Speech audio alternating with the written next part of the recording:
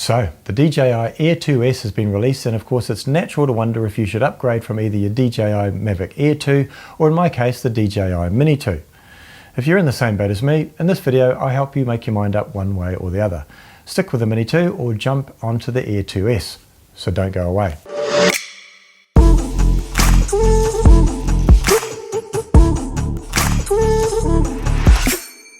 Hey guys, and welcome back to the channel where we review tech related to making YouTube videos and other gear comparison videos just like this one.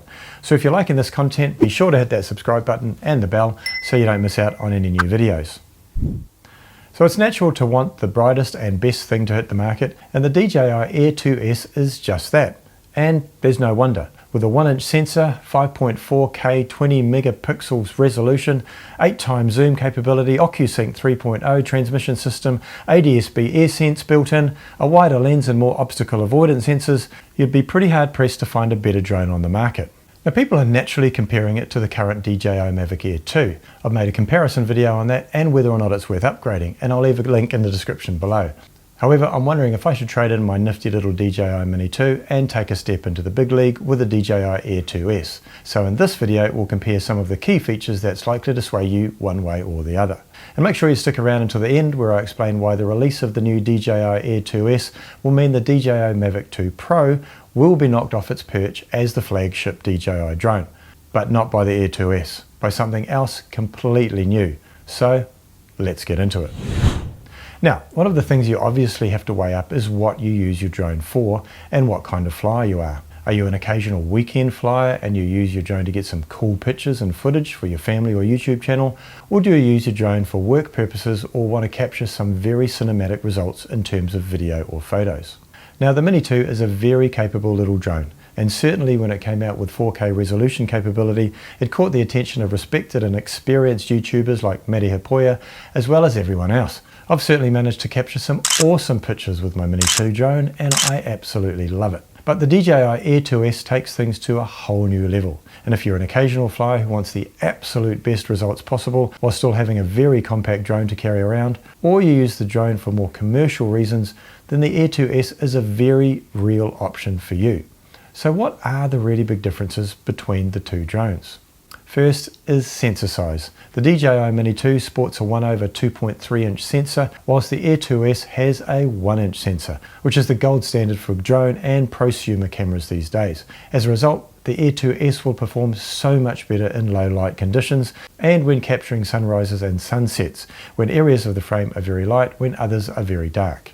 The resolution has also been boosted to be able to capture 5.4K footage at 30 frames a second. Now, don't feel bad about the Mini 2, not even the Mavic 2 Pro can match that. The Air 2S can also capture 20 megapixel photos as standard versus 12 megapixel on the Mini 2. So image quality will be 100% better using the Air 2S, but having said that, the image quality on the Mini 2 blew a lot of people away when it was released, and even though, yes, the Air 2S is far superior in this regard, the results from the Mini 2 are still really good. Next for me are the active track modes that are available in the Air 2S that allow you to select an object like a car or person and have it follow that in a predetermined way, allowing you to get some pretty amazing shots. The Mini 2 has no active track features at all. It does have the quick shot modes, but no real true active track.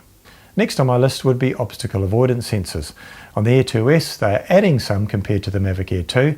It'll have them on the front, back, underside, and on the top of the drone as well. Unfortunately, the Mini 2 has no optical avoidance sensors. It does have sensors on the bottom to help with landing and that sort of thing, but no front, back or top sensors that will allow it to avoid obstacles. So hey guys, let me know what you think of the DJI Air 2S so far, and if you're keen to buy one.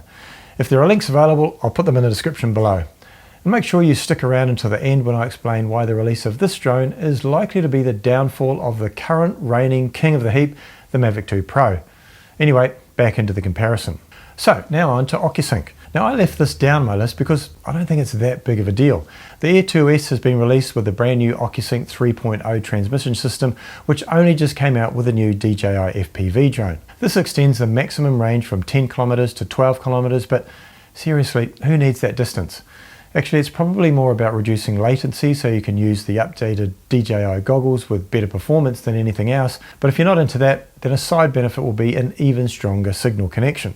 As for the Mini 2, well, people were blown away, me included, when it came out with the OCCUSYNC 2.0 versus the Wi-Fi that its predecessor, the Mavic Mini, operated on. Prior to that, it had been reserved for DJI's upper-end drones. Even the first Mavic Air had Wi-Fi and not OCCUSYNC.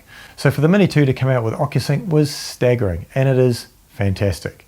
In fact, that's one of the main reasons, if not the main reason, why I got the Mini 2 in the first place. So yes, while OCCUSYNC 3.0 is great, I don't think it's a game changer in this situation. And now flight performance, and this is a bunch of factors all rolled up together. So first of all, flight time is exactly the same. Around 31 minutes in ideal conditions for both drones. But probably the thing for me is its ability in the air, particularly in windy conditions. Now, don't get me wrong, I've had the Mini 2 in big winds, and while the drone definitely does get pushed around a bit in strong winds, hell, it's only 249 grams, the stability of the footage has been quite amazing. However, the Air 2S, being more than twice as heavy, coming in at 595 grams, and with bigger and stronger motors, it'll naturally be able to cope with higher winds, and that will enable you to put it up there when you're more likely to keep the Mini 2 in its bag.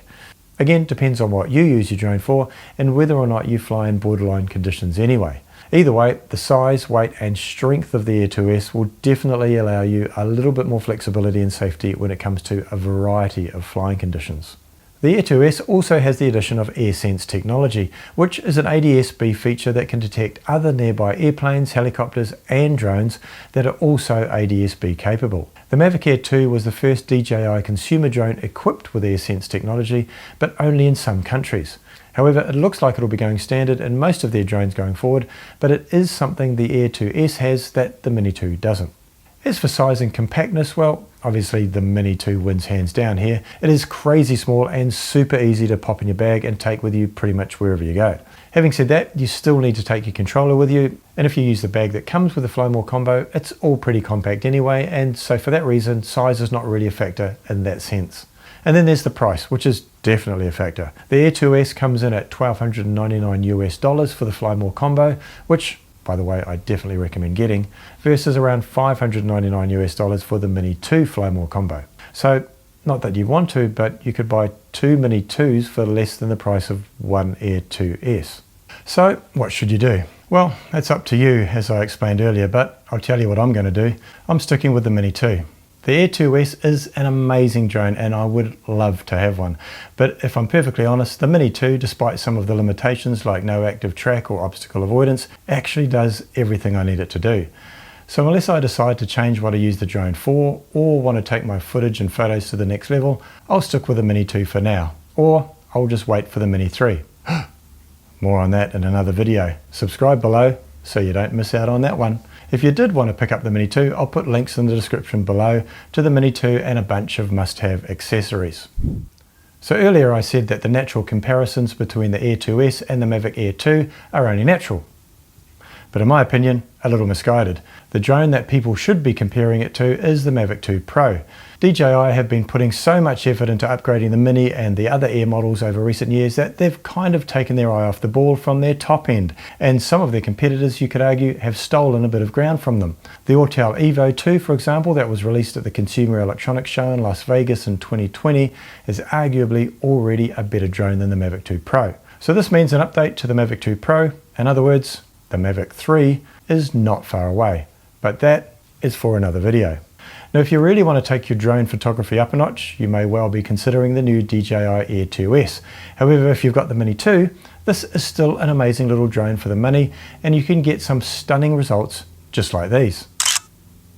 I've made a video that breaks down a simple and easy method that I use to get these sorts of results with my DJI Mini 2. So click the link on the screen and I'll take you through it. Cheers guys.